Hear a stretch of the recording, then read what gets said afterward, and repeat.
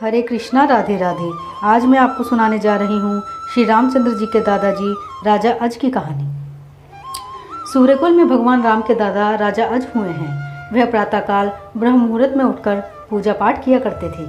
उसके बाद 1.5 प्रहर तक दिन चढ़े तक याचकों को दान दिया करते थे। जो भी मांगने वाला आता मुँह मांगी भिक्षा लेकर जाता। इसी से राजा अज की महिमा दूर दूर तक फैल गई थी। राजा को घुड़सवारी का बड़ा शौक था। उन्होंने बहुत से घोड़े रखे हुए थे। दान आदि के काम से निवृत्त होकर राजा घुड़साल में जाकर घोड़ों की देखरेख किया करते और कभी कभी दाना, घास, पानी आदि अपने ही हाथ से खिलाते पिलाते थे। एक दिन राजा अपने नित्य के काम से निवृत्त होकर अस्तबल में गए। पीछे से एक साधु आ गए। सेवकों से पूछने पर मालूम हुआ कि राजा घुड़साल में गए हैं। बाबा राजा से मिलने के लिए वहां जा पहुंचे। साधु को देखकर राजा ने नमस्कार किया और आने का कारण पूछा। महात्मा ने कहा, राजन, मुझे लंगोटी के लिए कपड़े की ज़रूरत है। राजा ने कहा, महाराज, दान का समय बीत गया है, आप कल प्रातःकाल आने की कृपा करें। साधु ने कहा, राजन, मेरी कुटिया तो यहाँ से बहुत दूर जंगल में है। यदि मैं बहुत सवेरे भी वहाँ से चलूँ तो भी यहाँ दान के समय तक नहीं पहुँच सकता। कृपया मुझे तो अभी कपड़ा दे दीजिए। राजा ने कहा, महात्मा जी, हमारा तो नियम यही है कि हम तो निश्चित समय तक ही दान दिया करते हैं। उसके उपरांत हम किसी को भी दान नहीं देते हैं। महात्मा जी ने फिर आग्रह किया, परंतु राजा ने महात्मा की ओर नज़र उठाकर भी नहीं देखा और घोड़ों की सेवा में लगे रहे। महात्मा भी अपनी जिद पर अड़े रहे। राजा से फिर कहने लगे, राजन, आप तो अतिथि सत्कार को जानने वाले हो। अतिथि को खाली हाथ द्वार से लौटाना आपको शोभा नहीं देता है। जिसके द्वार से अतिथि खाली हाथ लौट जाता है उसके सारे पुण्य क्षीण हो जाते हैं। यदि राजा भी ऐसा करने लगेगा तो प्रजा भी अपने धर्म कर्म से गिर जाएगी। समर्थ होकर भी मुझे खाली हाथ लौटा रहे हो। साधु की बातें सुनकर राजा के दिल पर उल्टा प्रभाव पड़ा और क्रोध में भरकर घोड़ों की लीद उठाकर साधु के झोले में डाल दी और कहा कि आप यहाँ से खाली हाथ ना जाएं। इस समय जो मेरे पास है वही मैंने आपको दान कर दिया। साधु ने राजा की दी हुई लीद को स्वीकार करते हुए कहा, राजन, आपका दिया हुआ दान करोड़ों गुना फले। साधु वहाँ से चलकर अपनी कुटिया पर पहुँचा और लीद को एक बड़े मैदान के बीच में डाल दिया। जो लोग दान पुण्य आदि करके यह अभिमान करते हैं कि हम बहुत बड़े आदमी हैं, उनका किया हुआ वह शुभ कर्म यूं ही नष्ट हो जाता है जैसे हाथी स्नान करके अपने ऊपर धूल फेंक लेता है। साधु बोले सहज सुभाए, साधु का बोल वृथा ना जाए। तीर्थ व्रत और दान करी, मन में धरे गुमान, नानक निष्फल जात है जो कुंजर स्नान। साधु का वचन कभी मिथ्या नहीं जाता। राजा अज की दी हुई लीद दिनों दिन बढ़ने लगी। कुछ दिनों में वहाँ लीद का बड़ा भारी ढेर लग गया। एक दिन राजा घोड़े पर सवार हो उस जंगल की तरफ बढ़ गया। लीद के बड़े भारी ढेर को देखकर सोचने लगा, न जाने यहाँ किसी ने कितने घोड़े पाल रखे हैं। मंत्री को यह भेद जानने के लिए इधर उधर देखने को कहा।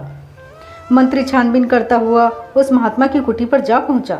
साधु को बैठा देखकर हाथ जोड़कर नमस्कार किया और पूछा, महात्मा जी, यहाँ जंगल में कोई भी घोड़ा नजर नहीं आता, फिर यहाँ लीद का ढेर किस प्रकार हो गया? महात्मा जी ने कहा, मंत्री जी, मैं एक बार लंगोटी का कपड़ा मांगने राजा के पास गया था। राजा उस समय घोड़ों की सेवा कर रहे थे।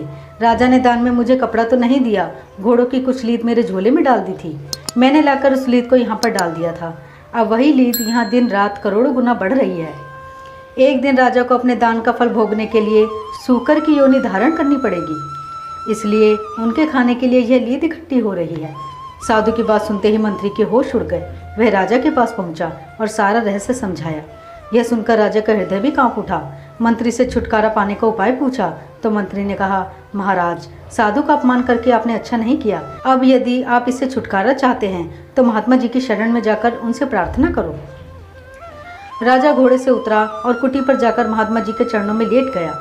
अपने अपराध की क्षमा मांगते हुए कहने लगा, महाराज, आप संत हैं, दयालु हैं, मेरे इन पापों की तरफ ना देखकर कोई इस नरक से छूटने का उपाय बताइए। महात्मा जी ने कहा, राजन, यह तो तुम्हारा ही दिया हुआ दान है, इसका फल दूसरा कौन भोग सकता है, परंतु एक उपाय करके तुम इससे बच सकते हो। यदि तुम्हारी प्रजा जो तुम्हें बहुत धर्मात्मा और दानी समझती है वह तुम्हारी भरपेट निंदा करे तो तुम्हारे हिस्से की लीद थोड़ी थोड़ी उनमें बट जाएगी और तुम सुअर की योनि में जाने से बच जाओगे। राजा शहर को जाने का ख्याल छोड़कर वापस महल में आ गया, पर लीद का ढेर और सुअर की योनि हृदय को दिन रात बेचैन रखने लगी। उनको खाना पीना भी अच्छा नहीं लगता था और राज दरबार में जाना भी अच्छा नहीं लगता था। वह बार बार यही सोचता था कि प्रजा मेरी निंदा कैसे करेगी, क्योंकि राजा बहुत न्यायप्रिय और प्रजाप्रिय था। उसकी प्रजा बहुत संतुष्ट थी। राज कर्मचारी किसी को तंग भी नहीं करते थे, प्रजा से अधिक टैक्स भी नहीं लेते थे। रिश्वत का तो कहीं नामो निशान भी न था। फिर भला ऐसे शासक की प्रजा निंदा कैसे करेगी? निंदा नहीं होती है तो राजा को न जाने कितने जन्मों तक सुअर बनकर लीद खाना पड़ेगा। राजा को यही सोच दिमक की तरह खाने लगा। सोचते सोचते राजा अज को एक उपाय सोचा। उसने एक बोतल में गंगा जल भरकर उसमें थोड़ा सा रंग मिला दिया जो देखने में शराब जैसा लगे। फिर शराबी जैसे वेश में महल से बाहर निकले। राजा की ऐसी दशा देख लोग आपस में कानाफूसी करने लगे। अरे, यह वही धर्मात्मा राजा है जो कल तक धर्म की बातें करता था, याचकों को दान देकर दानी कहलाता था, आज शराब पीकर वैश्य को गले लगाए फिरता है। शर्म लाज भी जाती रही। राजा वैश्य को लेकर बाजारों में घूमता रहा। शहर के लोगों में राजा के प्रति श्रद्धा के स्थान पर घृणा पैदा हो गई।